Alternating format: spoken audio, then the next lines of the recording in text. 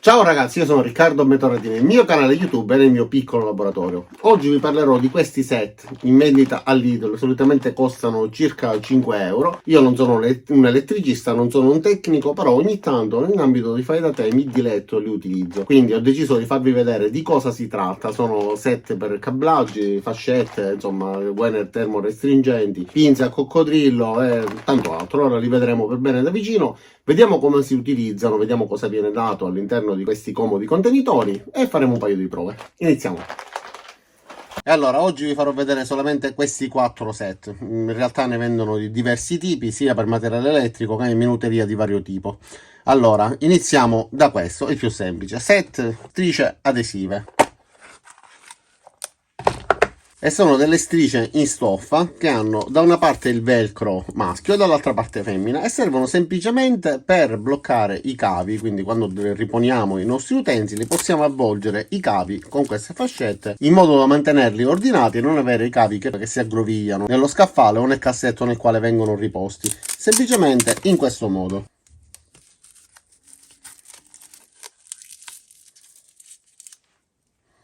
Quindi mantenendolo in questo modo ci permettono di avere i cavi ordinati e riporre quindi utensili o prolunghe, tutto ciò che comunque è possibile avvolgere e bloccare tramite queste fascette in modo ordinato senza avere grovigli che possano dare fastidio. Vengono proposti in 5 colori differenti, però l'unica differenza appunto è la colorazione. L'unico accorgimento che si potrebbe fare sarebbe quello di dare 2 punti con una cucitrice in modo da avere il cavo sempre fermo, altrimenti quando lo avvolgiamo dobbiamo tenerlo obbligatoriamente con il dito. Invece se questo qua viene fissato, come ho fatto per esempio su un paio di trapani che ho in garage, rimarrà sempre fermo, ci consentirà di avvolgerlo con molta più praticità. E questo era il set più semplice che ci permette solamente di essere ordinati, però sono davvero un valido aiuto all'interno sia di un laboratorio che anche in casa, perché è possibile utilizzarle per ferri da stiro o altri tipi di elettrodomestici che non utilizziamo quotidianamente e che una volta riposti avrebbero i cavi sparsi che danno davvero fastidio. Ora invece parliamo di cose più interessanti. Questo set ad esempio contiene del materiale molto comodo. Abbiamo le solite fascette divise per colore, quindi verde, rosse e nere, comode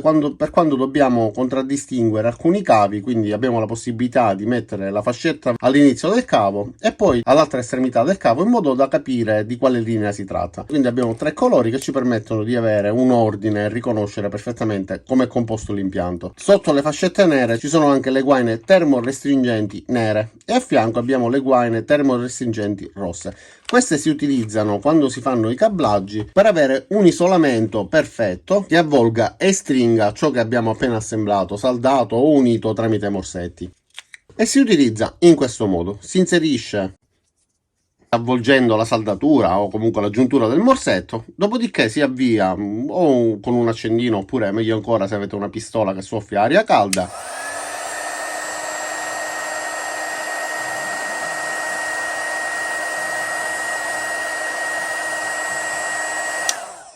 E con il calore si restringe, isolando e avvolgendo perfettamente ciò che abbiamo appena creato. E questo ci permette quindi di avere un impianto molto più sicuro, evitando cortocircuiti e mantenendo anche molto più ordinato il tutto. Questi invece sono da utilizzare all'estremità dei cavi, proprio come quelli che state vedendo. Si inserisce il cavo appena tagliato all'interno dello stesso, evitate che il rame vada oltre, non per una questione di sicurezza, ma per una praticità di connessione, perché può succedere che se è troppo lungo il maschio non riesca ad entrare.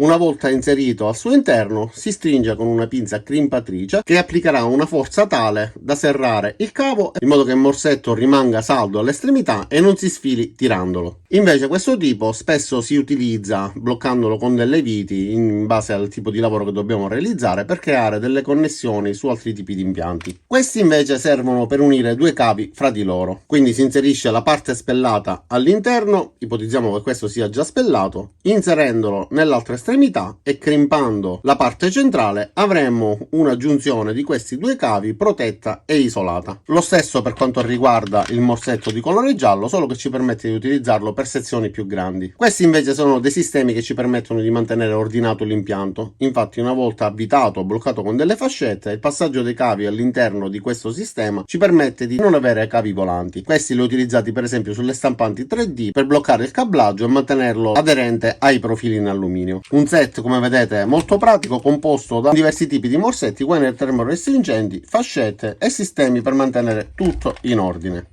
Queste invece sono le pinze a coccodrillo, comode in diverse occasioni, ad esempio per alimentare motorini, lampadine, per fare dei test, e si può passare da un campione ad un altro semplicemente premendolo, quindi allargandolo e passando poi ai test successivi. Molto comode anche per tenere uniti fra di loro due cavi, non si utilizzano ovviamente spesso, però quando serviranno vi accorgerete che sono davvero molto utili. E infine parliamo del set per cablaggio rapido, loro lo chiamano così, io l'ho sempre chiamati rubacorrente. Si tratta di morsetti particolari che ci permettono di portare la corrente da un impianto esistente ad un impianto che vogliamo realizzare senza dover per forza interrompere il cablaggio, comunque l'impianto che già esiste. Ad esempio, se io volessi portare la corrente da un impianto già esistente, ipotizziamo che si tratti di un autoveicolo, quindi abbiamo a disposizione solamente questa parte, e io ho utilizzato questi rubacorrente proprio in un impianto fatto nella mia moto per poter alimentare gli affaretti supplementari. Per poter portare la corrente da questo cavo a questo cavo dovrei incidere spellando la parte centrale, spellando anche questo cavo, avvolgendolo, e dopodiché dovrei mettere nastro isolante eccetera, in modo da poter avere un cablaggio che mi permetta di poter portare la corrente da questo cavo a questo cavo. Invece con il rubacorrente possiamo semplicemente inserire il cavo integro all'interno di questo. Quindi una volta posizionato in questo modo avremo la possibilità di portare la corrente su quest'altro cavo. Una parte di questo morsetto è completamente libera, quindi ci permette di attraversarlo per intero, l'altra parte invece è parzialmente ostruita, quindi ci permette di inserire il cavo senza spellarlo al suo interno finché non sentiamo resistenza. Non spingete tantissimo, soprattutto su questi economici, perché anche con il semplice cavo in teoria potrebbe togliersi questo tappo. Non accade nulla, però vi permette di avere la profondità corretta. Una volta inserito in questo modo, tramite una pinza dobbiamo semplicemente premere questa parte metallica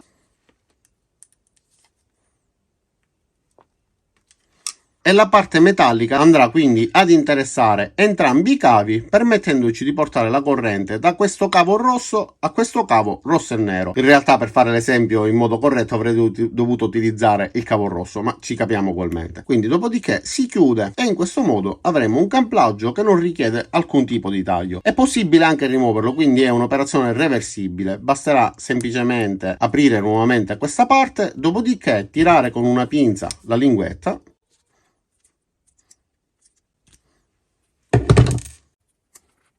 e una volta aperto si potrà rimuovere il tutto. A questo punto ci troveremo con un taglio sul cavo e in quel caso sarà possibile inserire il nastro isolante per poter rimediare al taglio appena creato, altrimenti si rischierebbero corticircuiti eccetera. Ovviamente il morsetto sarà nuovamente utilizzabile, assicuratevi sempre che funzioni perfettamente e che non si sia danneggiato né durante la creazione dell'impianto, quindi durante l'installazione del morsetto, e neanche durante la rimozione dello stesso. In base al colore varierà anche la sezione del cavo che possibile utilizzare e il tutto è riportato sulla targhetta in alto.